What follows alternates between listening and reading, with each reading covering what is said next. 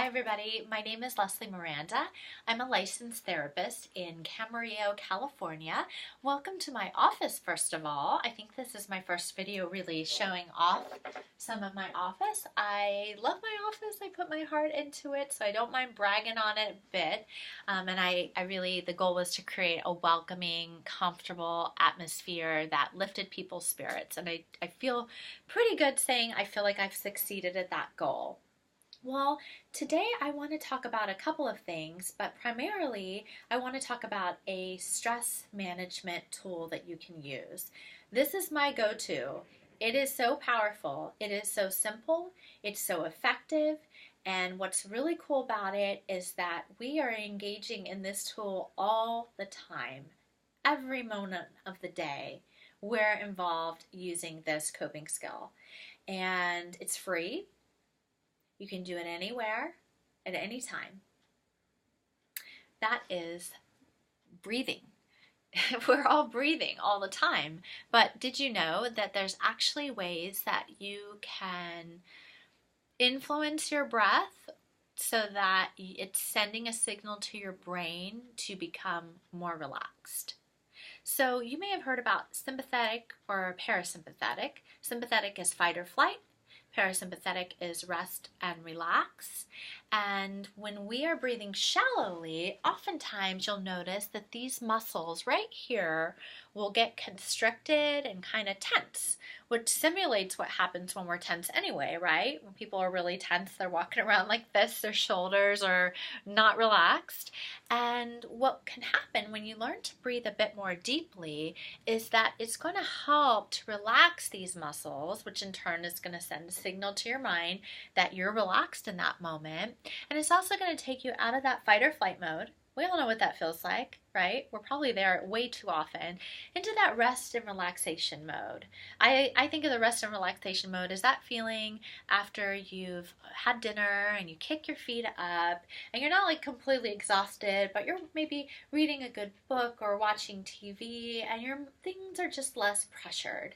And it's so good for us to be in that less pressured state, right? Because we are not releasing that stress hormone cortisol when we're in that less pressured state, and it's just better for us. We're giving our body that time to rejuvenate rather than drawing on our energy reserves. So here's how you do it. Now, interestingly, I have been breathing so deeply, I don't know what that means exactly, but I've been practicing deep breathing for years. Years. I've studied yoga, I've taught yoga, I've studied singing, and I've studied dance, and I've done fitness, and I'm just totally, everyone's always talking about diaphragmatic breathing, and I've heard it described as like Buddha belly, like the statues of the Buddha where his belly is rotund and he's happy.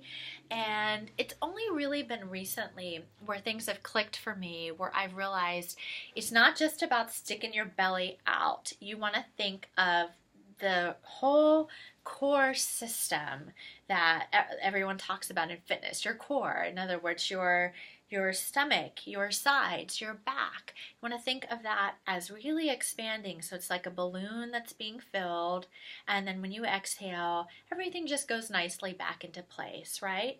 So everything relaxes, including your back muscles, and then everything goes nicely back into place. So when I tell a lot of people to take a deep breath, the first thing they'll do is be like, and I'm like, okay, great, good example of what we're trying to not do.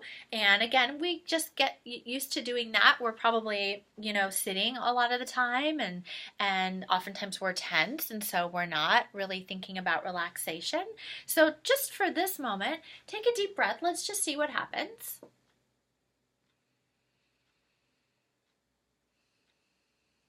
Okay, so maybe you're practicing yogi and you totally breathe deep and low. Most people, when I invite them to do this, will breathe kind of more shallowly, and these muscles will tense up. So the first thing to do is to relax as much as possible, to consciously relax. If your shoulders are up here, take a moment and just notice that and just let everything relax.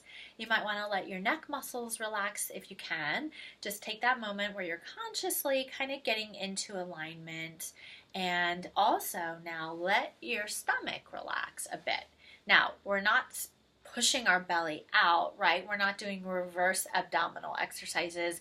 We're just releasing any pressure in the stomach, right? A lot of times that's where people will carry their stress, or even when they're afraid, their stomach will tense up. So you're just relaxing your belly. From there, it's almost as though there were a straw that goes straight down into your belly. So it's bypassing all of this and it's going to go straight down. And from there, you're going to take a nice deep inhale. So the belly's expanding, and then you're just exhaling and just letting the air flow out, right? Inhale, belly relaxes, and then the sides relax. And so if I were to sit back in the chair, my belly would be expanding, and I'd also be feeling my back muscles gently pressing into the chair as well. It's not a rigorous endeavor. You're just letting everything relax when you inhale. Everything's expanding, and then it's just gracefully releasing air, right? So we're not like really doing this serious, intense endeavor. We're just relaxing. And then the air just goes out. And some people say that it actually helps with stress to inhale through the nose and then just exhale through the mouth. There's something about the sensation of feeling the cool air on your lips, which actually creates a relaxation response in the brain. So just throwing that out there. So we want to do this for a minute or two. It doesn't really take that much time. So inhale, you stick your belly out, and you relax your sides and your back. And again, the relaxation really is better than the word I just used. You're not really pushing your belly out. You're relaxing everything, including your neck muscles. The air is just going out.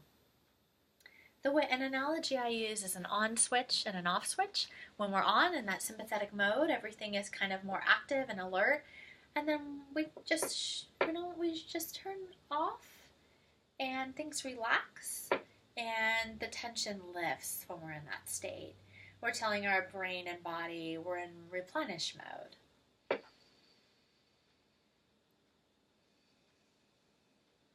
So you want to wait until you feel that click happen, where usually what I notice is this area, and people will just start to relax. You see the tension just lift and people just open and something just softens. You can do this anytime. I really invite you to just do it 1 minute a day. That is it. Really, even just 1 minute a day. You'd be really astounded what could happen. But then imagine if you use it even more. Maybe you do it before bed just to kind of unwind from all the stress and tension of the day. I think you'd be really surprised what can happen when you start to just implement this into your life and to breathe consciously, deliberately, but in a relaxed manner. So that's my first tool. It's actually one of my most powerful tools that you could use. There's a lot of research on this in the internet. I mean, almost any mindfulness class you go to, they'll talk about this. But I always say if you're going to breathe, you might as well just breathe in a relaxed manner. You're breathing anyway. All I'm inviting you to do is just relax everything, let the air in, and let the air out. That's it. And just see if that can happen on just a deeper level. So great job, you guys. Please let me know if you have any questions. Thank you so much for watching, for participating.